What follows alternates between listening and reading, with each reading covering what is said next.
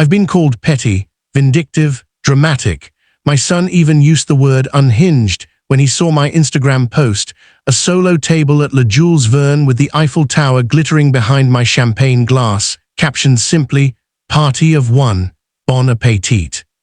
But let me tell you how I got there. My name is Arthur Pemberton, and at 73 years old, I thought I'd earned my place at the family table. Literally, for 42 years I hosted Thanksgiving, every single one. Through my wife Margaret's illness, through the year I had pneumonia and could barely stand, through the year the oven broke and we finished the turkey in the microwave at midnight. The Pemberton Thanksgiving was a tradition as solid as the oak table Margaret and I bought at an estate sale in 1985. Then Margaret passed 3 years ago, and something shifted. At first my daughter-in-law Jessica was wonderful. "Dad," she'd say, she always called me Dad, which I appreciated, "you just bring yourself, we'll handle everything this year." It seemed like kindness. I was grieving. The house felt enormous and empty. Having Thanksgiving at their place, surrounded by my son Tom, Jessica, and my 3 grandchildren, felt like a gift. The second year, same thing. "Dad, we've got it, no arguments." The third year, I suggested hosting again. I was ready. I'd been practicing Margaret's recipes, had the house professionally cleaned, bought new linens. Jessica smiled that tight smile and said, "Oh, Dad, you don't need to go through all that trouble. We are happy to have everyone here. It's tradition now." Tradition, I bit my tongue. This year, I didn't even suggest it. I simply waited for the invitation. And waited. November rolled around. I saw Jessica posting on Facebook about menu planning.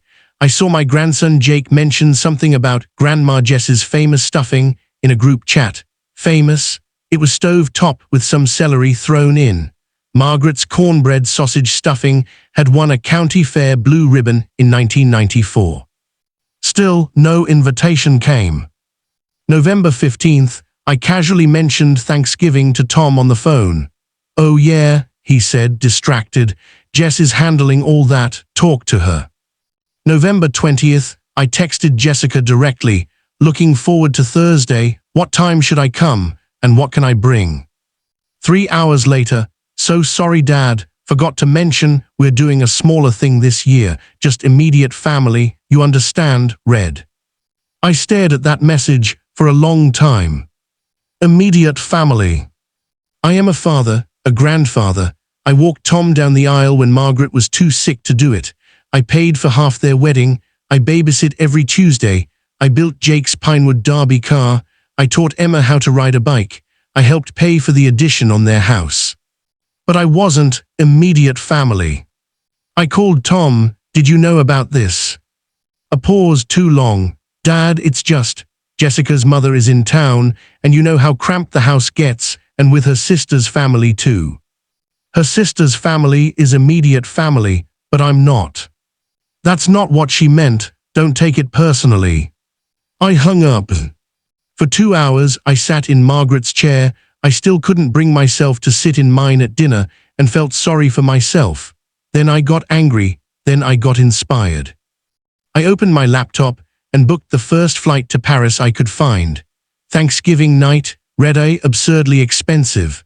I booked 6 days at a small hotel in the Marais that Margaret and I had always talked about visiting. And I booked a table for one at Le Jules Verne for Thanksgiving evening, Paris time. Then I did something that, admittedly, might have been petty. I documented the whole thing, the boarding pass, the champagne in business class, upgraded myself, why not, the view from my hotel window, the tiny patisserie where I had breakfast, the walk along the Seine. And on Thanksgiving, as my family presumably gathered around their immediate family table, I posted a photo of my table, solo, elegant, the Paris lights stretching into infinity behind me. The caption, "Party of one, bon appetit." My phone exploded. Tom called 17 times. Jessica sent a novel-length text about misunderstandings and how I was being manipulative. My daughter Claire, who lives in Seattle and wasn't even part of this drama, sent a laughing emoji and "Geo Grandpa." But the messages that mattered came from the kids. Jake 15, "Grandpa, that's so cool. Are you really in Paris? Emma, 12. I wish I was there instead of here. Can I come next time? Little Sophie, 8. Grampy, I miss you. Mommy is crying. That last one almost broke me. Almost. I turned off my phone and ordered the duck. Here's the thing about being old that young people don't understand. You reach a point where you realize life is finite, countable. I have maybe, if I'm lucky, 20 Thanksgivings left. Maybe fewer. My father died at 76, his father at 74. The Pemberton men don't tend toward longevity. 20 Thanksgivings. And I was supposed to spend them grateful for whatever crumbs of inclusion my family decided to toss my way. The duck was perfect, by the way. Crispy skin, tender meat, a cherry reduction that Margaret would have reverse-engineered in our kitchen within a week. I spent 5 more days in Paris. I went to the Musée d'Orsay and stood in front of the Monets that Margaret had loved in coffee table books. I had coffee at Café de Flore and felt pretentious and loved it. I bought obscenely expensive macarons and ate them for breakfast. And I thought about what I wanted. The flight home was long. I'd turned my phone back on and the messages had multiplied like rabbits. Tom was angry, Jessica was hurt, Claire was alternating between supportive and concerned. The kids were confused. But there was one voicemail that made me smile.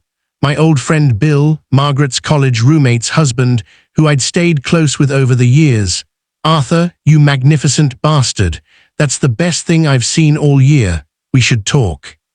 I landed on Sunday, drove home through light snow. The house was cold and dark. And on my doorstep was a casserole dish with a note. Dad, I'm sorry, can we talk? Tom. I invited him in. We sat at the kitchen table, the small one, not the oak one gathering dust in the dining room. Jessica feels terrible, he started. Does she, or does she feel embarrassed? Tom winced. Both, probably. Dad, she didn't mean to exclude you. Her mom was being difficult about the numbers and… I don't want excuses, Tom. I want to know something honest. Do you want me there? Not out of obligation. Not because I'm your father and you think you should. Do you genuinely want me at your table? He looked at me for a long moment. Yes, I do. But Dad, it's been hard since Mom died. You're quiet, you seem sad, and I think Jessica worries that having you there makes it feel heavy. She wants the holidays to be light. Light, I let that word hang there. Your mother and I hosted Thanksgiving for 4 decades. It wasn't always light. The year you broke your arm the day before, that wasn't light.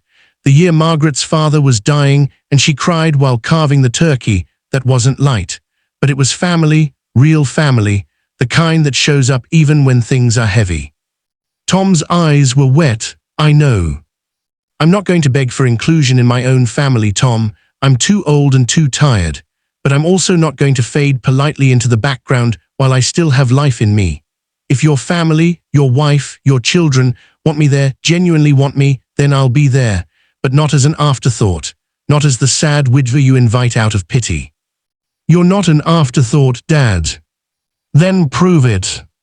We talked for another hour, really talked, in a way we hadn't since Margaret died.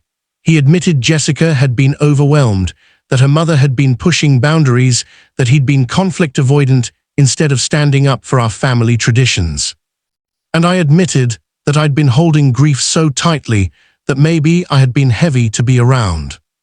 The next week, Jessica came by. She cried. She apologized. She asked if I'd teach her Margaret's stuffing recipe. We've found a new rhythm now, some holidays at their house, some at mine, and I've stopped waiting for invitations. I extend them. I've started a monthly dinner club with Bill and some other widowers. We call it the Paris Club, and we take turns trying ambitious recipes and talking about places we've always wanted to go. Jake asked if he could join me on a trip sometime. We're planning Barcelona for spring break. And Emma asked me to teach her to make pies, real ones from scratch, the way Margaret taught me. As for that Instagram post, it's still up.